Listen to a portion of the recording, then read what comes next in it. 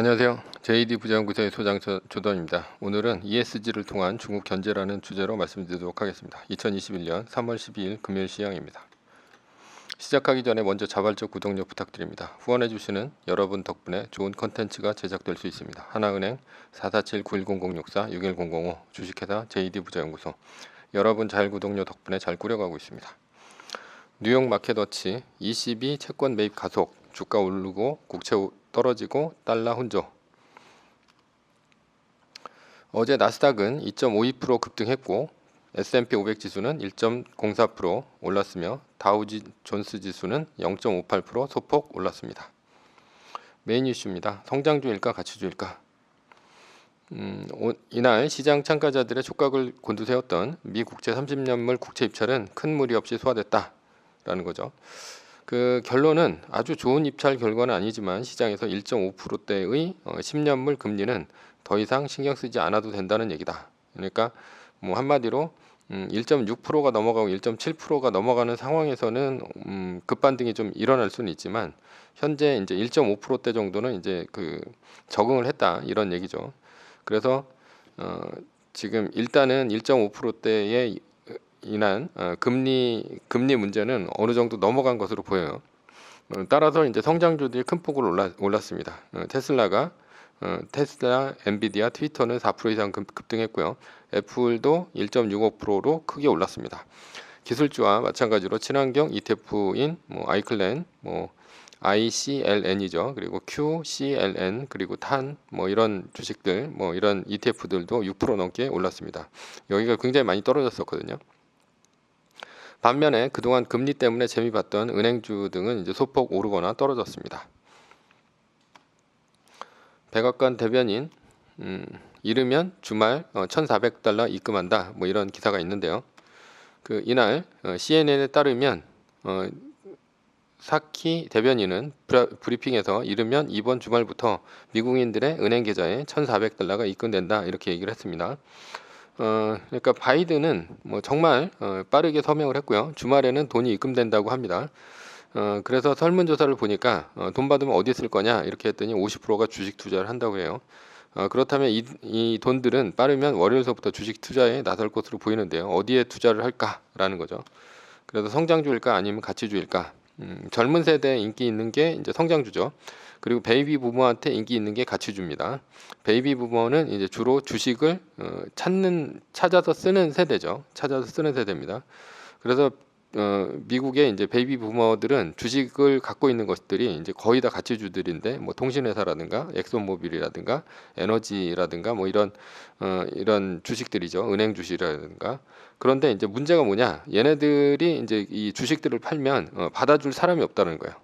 왜냐하면 그 현재 이제 젊은 사람들이나 아니면 중년층 이런 사람들은 모두 성장주, 그러니까 빅테크, 애플이나 이런 그 마이크로소프트, 아마존 이런 빅테크 종목들을 워낙 좋아하고, 또 이제 더 공격적으로 나가면 게임스탑이나 아니면 팔란티어 이런 주식들을 굉장히 좋아하기 때문에 앞으로 풀릴 돈도 이런 베이비 부머 세대한테 인기 있는 주식보다는 젊은 세대들한테 인기 있는 주식, 그러니까 성장주한테 이제 투자가 되지 않을까 이렇게 보입니다.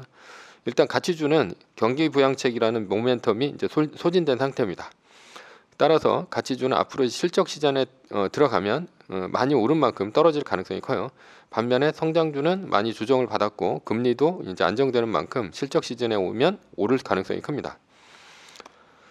자, 매뉴얼 지키는 와중에 포모가 두렵다면 이렇게 합니다. 매뉴얼을 지키는 사람은 현재 이제 70%를 애플 주식을 갖고 있을 것입니다. 그리고 나머지 30%는 현금을 들고 있을 것이고요. 마이너스 3%가 끝나는 3월 26일에 들어가려고 할 것입니다.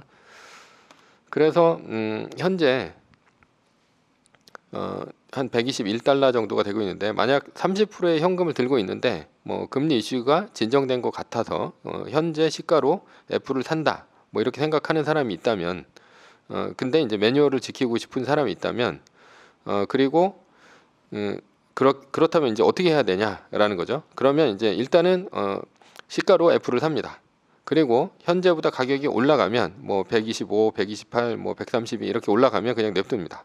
그런데 만약 118이 어딥니까? 17.5% 마이너스죠. 118 이하로 떨어진다면 30%를 파는 거죠. 30%만 파는 거죠. 30%만 팔아서 현금화시키고 만약에 114까지 떨어졌다 그러면 이제 다시 80%의 말뚝을 들어가는 거죠. 예. 80%의 말뚝, 그러니까 뭐 10%씩 들어가는 거죠. 110이 되면 또 이제 그 90%, 그러니까 10% 더 들어가고 107이 되면 또 이제 100% 말뚝이 이렇게 들어가는 거죠. 물론 매뉴얼을 지킬 사람, 뭐 이런 사람은 현금으로 들고 있다가 3월 26일까지 마이너스 3%가 안 뜨면 그때 들어가면 됩니다. 예. 결론입니다. 결론은 실적 시즌까지 성장주가 유망하다라는 거고요. 그리고 이제 서브 이슈입니다. 서브 이슈. 바이든 정부의 ESG를 통한 이제 중국 견제입니다. 현대차 주가 들썩이게 한 애플 중대 발표 뚜껑 열어보니라는 이제 기사가 있는데요. 애플은 1억 달러 규모의 인종차별 반대 이니셔티브를 출범한다 이렇게 얘기를 했습니다. 그래서 애플이 중대 발표를 한다고 했어요. 이때는 이제 한창 현대차, 기아차와 애플의 전기차 협업 문제로 떠들썩했을 때입니다. 그래서 애플이 애플카를 만든다는 얘기가 아닐까 뭐 이렇게 기대를 굉장히 많이 했어요. 그런데 뜬금없이 인종차별 이니셔티브를 이제 애플이 들고 나왔습니다. 삼성이 11조 원을 투자해서 미국 텍사스에 반도체 공장 증설을 했습니다. 그래서 TSMC와 맞대결을 한다 뭐 이런 기사가 있는데요. 이번 미국 공장 건설 계획 역시 TSMC를 견제하기 위한 차원이다. 예, 블룸버그는 이렇게 분석을 했는데 이미 TSMC는 지난해 2024년까지 미국 LA조나주에 120억 달러, 약 13조 원을 투자해서 5나노 파운드리 팹을 건설하겠다 이렇게 밝혔다라는 거죠. 3나노 반도체 생산 계획도 밝힌 바 있다 이렇게 얘기를 했습니다. TSMC가 먼저 애리조나에 반도체 공장을 짓는다. 이렇게 얘기를 했고요. 그러자 삼성전자가 뒤따라서 미국에 반도체 공장을 짓는다는 선언을 했습니다. TSMC는 반도체 공장을 짓는 것이 화웨이와의 관계를 끊고 미국에 올인하기 위해서다라는 이야기를 했습니다. 그러나 속뜻은 그런 데 있는 것이 아니었습니다. 뒤에는 애플이 있었죠. 오바마 시절 정부의 환경장관을 지낸 리사 잭슨이라는 사람을 부사장으로 영입을 하고 애플은 환경 정책에 신경을 쓰기 시작했습니다. 그러면서 애플은 100% 재생 에너지를 쓸 수 있어야 애플의 부품사가 될 수 있다 이런 이제 압력을 넣은 것이죠. 그런데 TSMC는 아무리 생각을 해도 대만에서는 100% 재생 에너지를 쓸 수가 없었습니다. 따라서 미국의 애리조나에서 태양광 등의 친환경 에너지를 통한 반도체 공장을 구상을 했고 실천에 옮긴 거죠. 마찬가지로 삼성전자도 TSMC의 뒤를 이어서 친환경 에너지를 통한 반도체 공장을 지으려고 한 것입니다. 미국의 빅테크 기업뿐이 아니라 스타벅스나 월마트나 뭐 이런 것들이 이런 기업들이 모두 환경, 인종, 인권 이런 것에 신경을 쓰기 시작했습니다. 중국 경쟁자 이탈. 그래서 뭐 LG 이노텍 매출 첫 10조 원 도전이라는 이제 기사가 있는데요.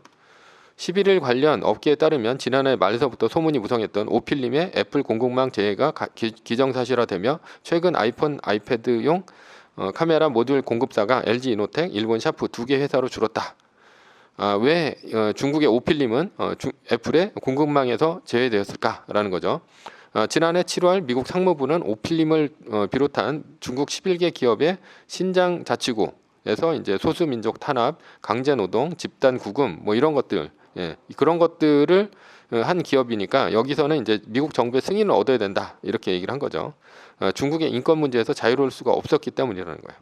그러니까 요즘 한창 ESG 경영이라고 계속 나오죠. 이게 이제 환경, 사회, 지배 구조인데.